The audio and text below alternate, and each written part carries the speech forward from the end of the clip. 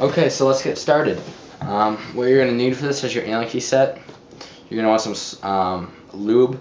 I use Smart Parts Sleek. And you're going to need your Eclipse gun oil. You may or may not need some needle nose. So first thing we're going to do is we're just going to disassemble everything, take it right on out. We're going to go ahead and take the bolt out, lift up on the pin, slide it out. Go ahead to take the bolt insert out for the Cure 3 Plus. You put the bolt pin halfway down in, twist it out so it's aim in the back. Put your finger over the bolt and pull the pin out. Now you're just going to tap this little retainer in, and this is where this comes in handy. Is just take this little retainer ball out, and it comes with a spring, and set that aside. This isn't for normal maintenance, this is just for the extended. Go ahead and just push this insert out. The Cure 3 Plus comes with the ramped insert, and just wedge it out. You should be able to pull it right out. That's the ramped insert right there. We'll set that to the side. We'll just set everything off over here. Next thing we're going to do is we're going to take the regulator off. Go ahead and pull your America line off by pushing in the steel collar and pulling out. Okay. Twist the top end of the SL3 regulator off. Now just simply twist this apart, break it apart, and go ahead and set the bottom half aside. You can pull your piston out, and then we'll set that to the side. LPR, just simply twist off, just like that. You're going to have a gold spring, which goes on the back side of the LPR. You got your LPR piston right here, and then you got the small silver spring. You can go ahead and set all that to the side. Let's go ahead and take the rammer out. I believe it's the maybe 3/16. Yep, 3/16 Allen key. Pull the ram cap off. And I'm just going to take everything apart first, and then I'm going to go ahead and show you guys what to do. Go ahead and put your Allen key down in and push the ZIC 2 rammer out for the Ego 10, the ZIC 1 for the Etek 3. Next thing we're going to do is twist the knob off for your OOPS ASA. Take a needle nose or Allen key and just push the shaft in. There's your OOPS insert right there.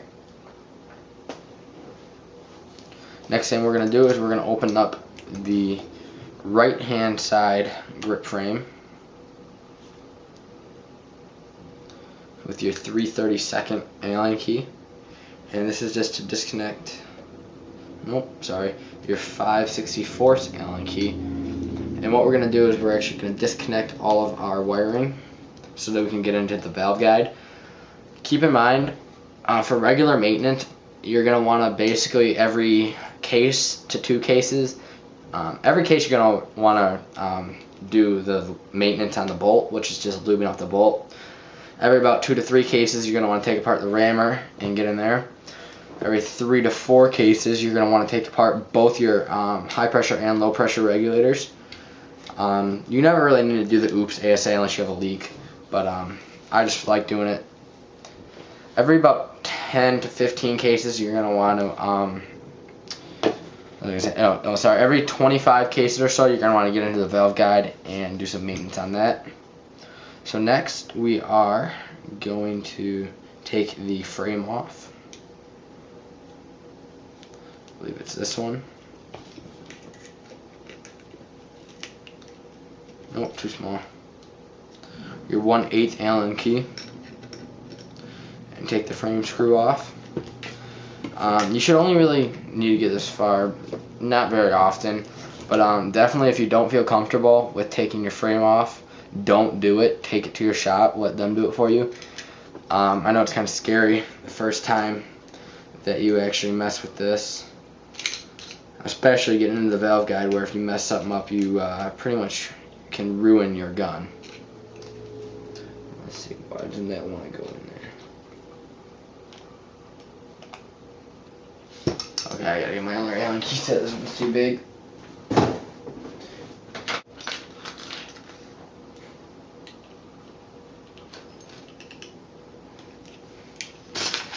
Okay, so sorry about that. Had to get my other Allen key.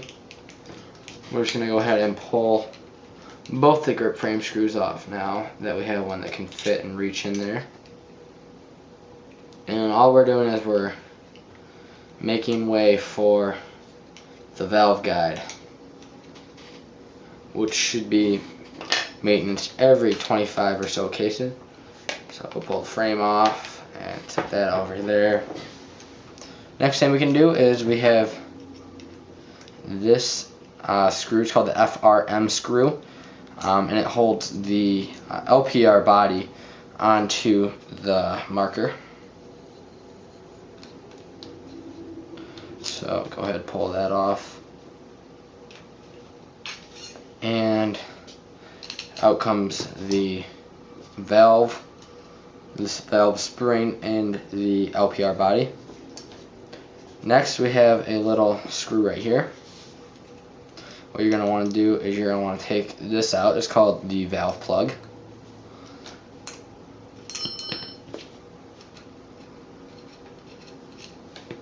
So once you get the valve plug out, little small screw, you're going to go in through the top of the rammer and push down into the ram housing area and just push forward until you feel it coming out. You can come in from the valve plug area once you pop it out loose, and out comes this right here is your valve guide, and it basically works like that. So that's how it's going to look all together. Set that aside. So now what we're going to do, okay, so now the gun's going to go back together just like how we took it apart. First thing we're going to do is we're going to take the valve assembly, this whole entire piece right here, and we're going to take the guide off, put a couple drops of oil on the guide itself. When you put this in, you want to make sure that part without a hole, where the plug actually goes into, is facing downwards, and you want to make sure that the flat part, not the extended part, the flat part is touching your valve. So those two are going to go in, and you want to oil that up, and then you're going to want to take your lube and actually put lube on the valve, on the LPR body. So we're running out of lube here, just a thin little amount. Go ahead and, if you need to, replace any O-rings that may need it, just to create a nice seal. Put lube on that. And we are going to position everything how we need it. Put the valve in.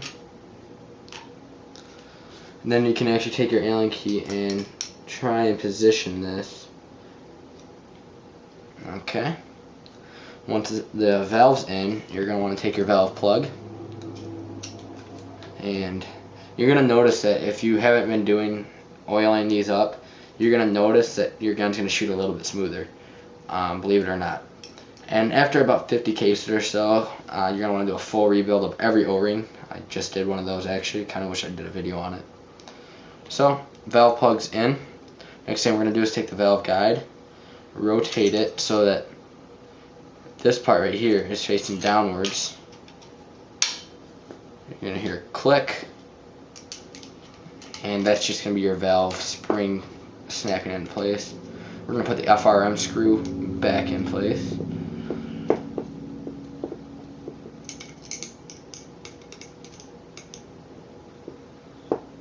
And it's a very long screw, so just be patient with me here. Just want to hand tighten that. Definitely don't want to over tighten it. Don't torque it down too much, or else you're going to have some problems. Okay, so now we can attach the frame back. Go ahead and pull this out. This goes on just like how it came off. You're going to be careful not to pinch any wires. This is really when the needle nose comes in handy here. And we're just going to work these wires back in. There's one, that's the eyes, and then the solenoid. two both very important wires that are now back in the frame, and it's just going to slide together. First thing you're going to want to do before you put any screws on is you're going to want to hook these wires back up. And the solenoid goes on top, the eyes go on bottom. Obviously they won't fit.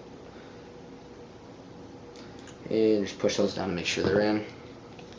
Get all the gunk off here. And we can take our 1/8 screws and place them back in the frame. So fairly easy so far. Definitely nothing to be worried about. It's not like we're going into the solenoid, the heart and soul of your gun.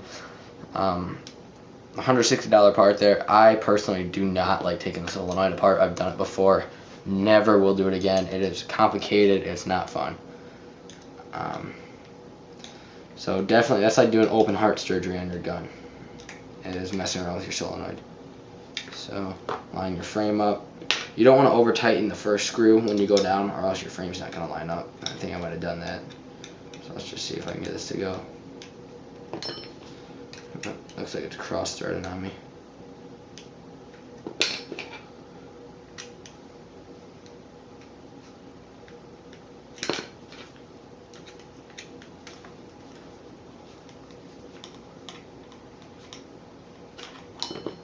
Of course. All this lube and oil on my hands make me drop this. And now that's back in. Take this Allen key set and put our screws back in for the grip frame.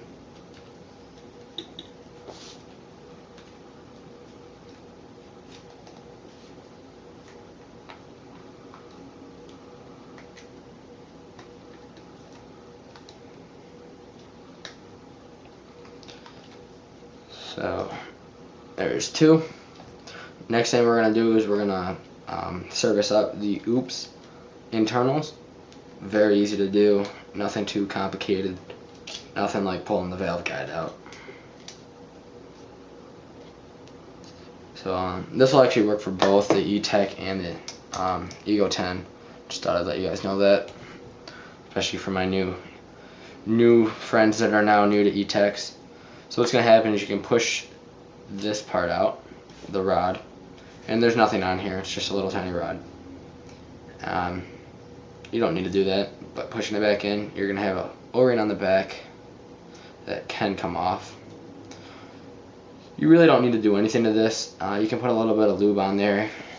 If you're starting to get leaks or something, replace it, but just wanted to show you guys how to pull that out in case you did have any questions with it. And we can screw our thumb screw back on. Let's see, what do we want to do next? Let's do the LPR next. So this right here is the LPR cap. We have the back LPR spring. We've got the forward LPR spring, and we got the piston. So I'm going to wipe all this old lube off the piston. Put some new lube on it. My favorite lube to put on this stuff is Smart Parts. They make really good lube. The sleek lube sticks on good. Really nice. I've never had any problems with it. And line that up. And let's screw the LPR back on place with the gun. Okay. Next we'll do the high pressure regulator. So you got the high pressure regulator body, high pressure regulator spring, the piston, and the bottom portion. So this has got some old lube on it. Just wipe that right on off. Take some new lube. Smear it all around there. Put a little bit on this O-ring right here, and a little bit on the bottom right here. That way we can lube up the internal O-ring right there. So that pretty much just sits like that inside the actual regulator. You put the spring on, put the regulator piston in with the piston head on the top and the gold reg seat on the bottom. Screw these together. Get all the lube off my hands. Put put the HPR into the body.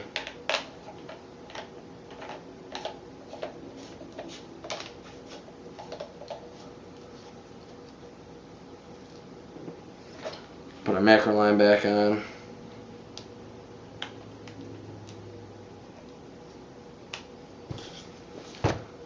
Okay, next we'll do the ram. Take the ram and the ram back. Go ahead and put just a drop or two on these O-rings.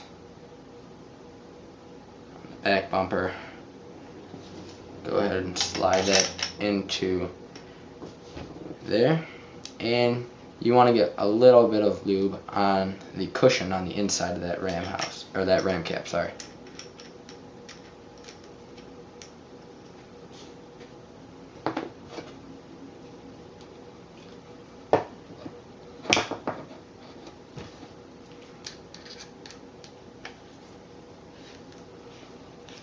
And go ahead and turn that in. Next thing we have the ramped insert, the bolt retainer, and the bolt retainer spring.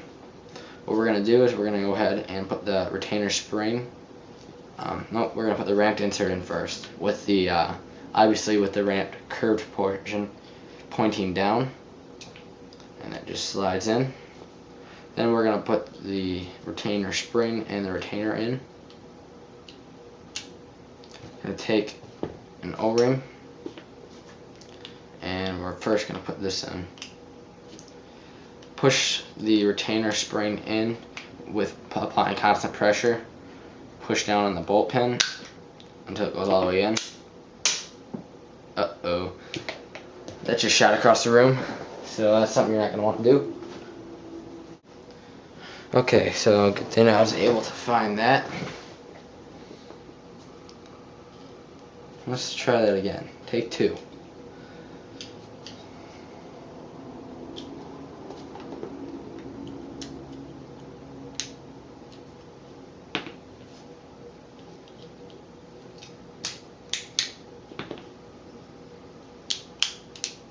Cool. Then we're just going to put a little bit of oil on the bolt itself. Smear that all around. And drop that in the breech. And that's how you fully take apart and put back together the Ego 10 or the Etek 3, because they are internally almost identical. So thank you for watching. Please subscribe. If you want to see any shows, go ahead and tell me. Be glad to do it. We'll be getting a review up soon on the Ego 10. So thank you for watching. Please subscribe.